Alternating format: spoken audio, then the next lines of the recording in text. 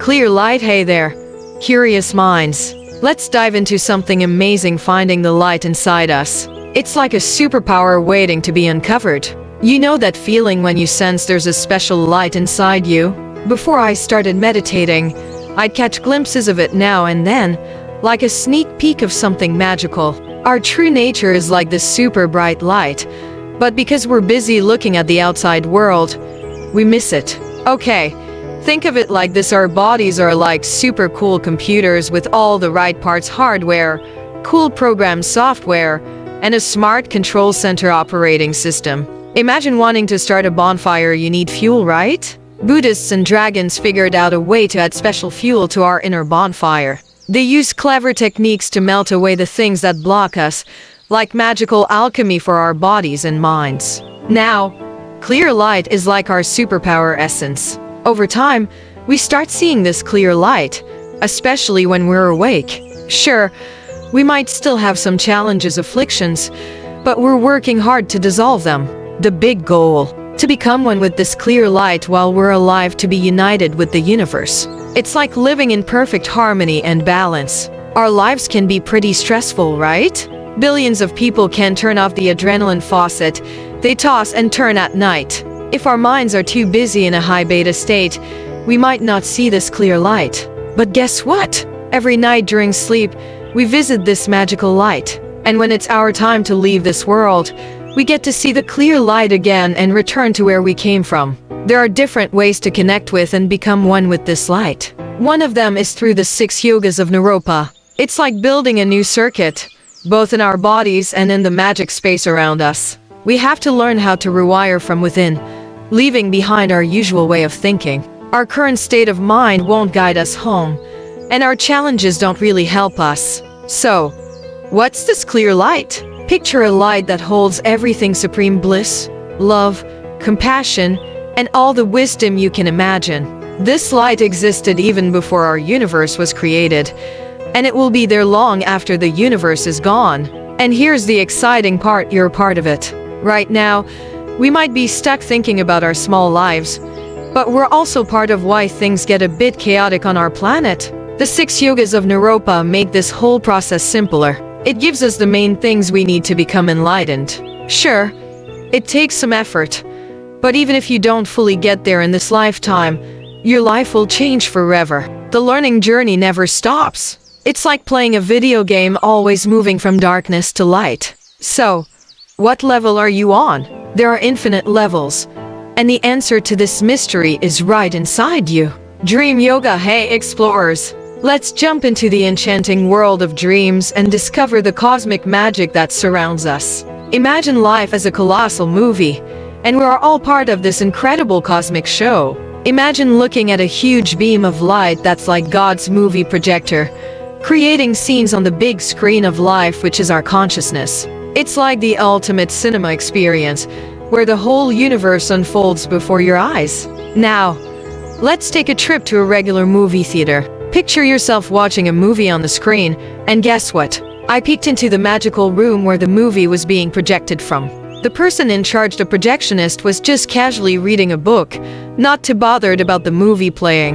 The projector was doing its job, casting images, and there we were, the audience, completely absorbed in the drama. Guess what's fascinating? Throughout ages and civilizations, we keep watching similar movies, just with different characters. It's like a timeless replay of stories. When I shifted my focus from the projector to the audience, I noticed they were feeling all the emotions of the actors. They laughed, cried, and got caught up in the whole experience. To them, it was real drama, but for the projectionist, it was just a movie.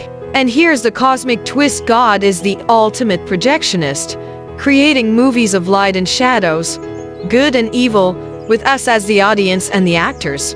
The trick is not to take the play too seriously. It's like being in a dream where shadows and light make the pictures vivid. Evil, contrasting with good, is like the shadow that turns God's one beam of light into these amazing pictures. So, even though we might face challenges, it's all part of the cosmic play. Now, let's talk about dreams: daydreaming, night dreaming, cosmic dreaming, and even lucid dreaming. It's like living in a magical dream world where illusions mix with reality. You see, what we perceive might not always be real. I've been paying attention to my sleep cycle for the past 2 years. It's like being in a meditative state, watching myself transition from being awake to dreaming. Sometimes, my dreams dissolve into crystal clear light, and I realize there's something extraordinary behind our dreams. Lately, I've been meditating on light, and in this surreal state, time and space seem to dance together. It's like paying attention to something brings more attention back to you. Even during sleep, I try to meditate, slowly learning to be conscious while in a sleep state, bathing in light and bliss. Now, let's talk about sleep in Buddhism. Going to sleep is like a mini-death. You return to the source and wake up to everyday life, usually unaware of the journey. It's like stepping into a different room in the mansion of life. Glenn told a story about listening to classical music in his classroom. He had an out-of-body experience going to heaven. Angels were all around. He heard the laughter of angels. At some point, a kid was poking Glenn in the stomach and woke him up. All the kids were laughing in the class. To the kids, he just fell asleep smiling. Glenn was swept to the heavenly realm. Ramakrishna said the external beauty would help trigger him into ecstatic levels of consciousness. Glenn said, "I wasn't with the angels, I was making a fool of myself in front of my fellow students." Yet he did get transported into the heavenly realms. Sometimes our external stimuli will help trigger a divine experience. Remember, the Buddhists say we choose our parents, not the other way around. It's all a part of the cosmic dream we're living in. So, what do you think? Ready to explore the infinite levels of this cosmic video game called life? Bardo Yoga, Bardo and Nature of Mind. YouTube. The Tibetan word Bardo Wili. Bardo means literally intermediate state, also translated as transitional state or in-between state or liminal state. In Sanskrit, the concept has the name Antar-Abhabal. It is a concept that arose soon after the Buddha's passing, with several earlier Buddhist groups accepting the existence of such an intermediate state, while other schools rejected it. Bardo introductory talk by Robert Thurman and Dr. Nidahi there. Let's dive into the awesome world of Bardo, a cool idea from Tibetan traditions. Think of it like a magical space between two lives, like a cosmic waiting room. What's Bardo? In Tibetan, Bardo means intermediate state, like being in between two things. After we pass away, but before we start our next life, there's a lot of interesting stuff happening. 6 Bardo's adventure. Imagine life as a movie with 6 exciting chapters or stages called Bardos.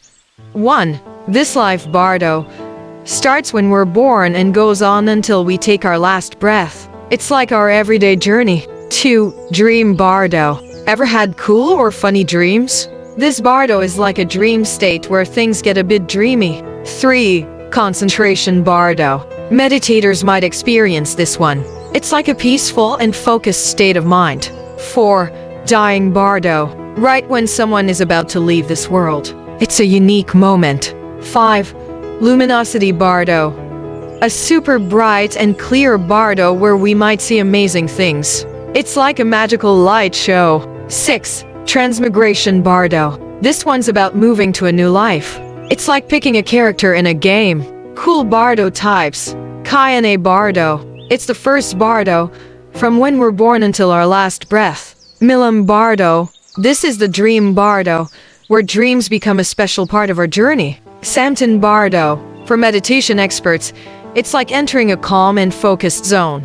Chikai Bardo. Happening at the moment of saying goodbye to this world. It's a unique experience. Chennai Bardo. A dazzling Bardo with visions and peaceful feelings. It's like a dreamy adventure. Sidpa Bardo. This Bardo is about moving onto a new life, guided by the choices we made before. Isn't it exciting? It's like living in a magical story with different chapters and adventures.